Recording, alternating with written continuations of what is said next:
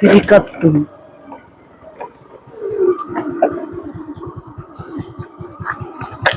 Hello, അടവാരല്ലേ? മൂന്നാം തടവാല്ലേ? അതെ, ഞാൻ പൈസ എല്ലായിടത്തും ബ്ലോക്കായി കിടക്കുകയാണ്, അതുകൊണ്ടാണ് ബുദ്ധിമുട്ടായി പോയി. ഞാൻ എങ്ങനെങ്കിലും അടിച്ചുതരാം. അല്ല, അതെനിക്കറിയാം, നിങ്ങൾ പറഞ്ഞൊക്കെ ശരി തന്നെയാണ്, മൂന്നാം തടവാണെന്നൊക്കെ നമുക്കറിയാം. ഞാൻ എന്തെങ്കിലും ആക്കി തരാം കേട്ടോ, നിങ്ങൾ ബേജാറായല്ലേ.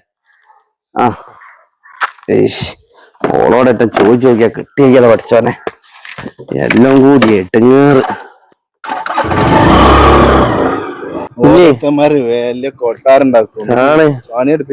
ഞാനേ കുടിക്കാണ് പണി തീർത്തു കൊടുക്കാന്ന് പറഞ്ഞിട്ട് പൈസ ചോദിച്ചു പറയട്ടെ, നാളെ തരാം, മറ്റന്നാൾ തരാം. വണ്ടിന്റെ ടിവിന്റെ കടവും ഉണ്ട്.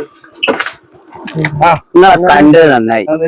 അടവാര് വിളിച്ചിട്ട് ആകെ പെട്ട് കഴിഞ്ഞ ദിവസം പൈസ കണ്ട് പൈസ നട്ടിച്ച് നമ്മളെ പൈസ ആളെ നടക്കുക. ഇവനെ വിളിച്ച് ഇടങ്ങാറാക്കിട്ട് കാശ് പോയി നാട്ടിലെ ബാംഗ്ലൂരായിരുന്നു.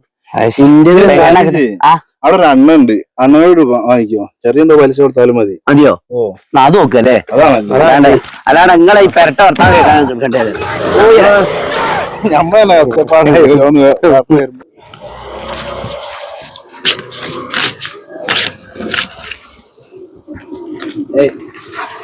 നിങ്ങളെ കാണാൻ വന്നേ.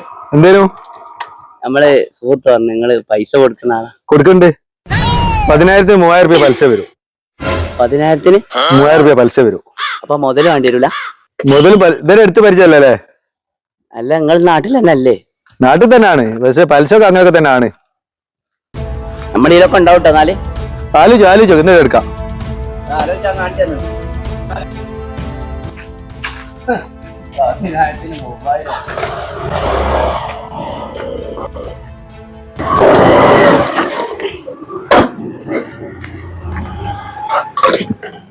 മോളെ പെട്ട് എന്തേ അടവാര് വിളിച്ചിട്ടുണ്ട് പറ്റാൻ വേണ്ടി. നീ പടി എന്റെ ഒരു 10,000 രൂപ തന്നില്ലേ, ഞാൻ തരുമോ? ഞാൻ 10 നിങ്ങൾക്ക് വേണേ 20,000 തരാം. നിങ്ങൾ എപ്പോഴും എന്നെ കുറ്റം പറയല്ലേ ചെയ്യല്. നിങ്ങൾക്ക് ഇപ്പൊ ഈ പഞ്ചായത്ത് മൊത്തം ഞാനാണ് സുന്ദരി പറഞ്ഞെടുക്കാൻ പറ്റും? പഞ്ചായത്ത് മൊത്തം പറയണം?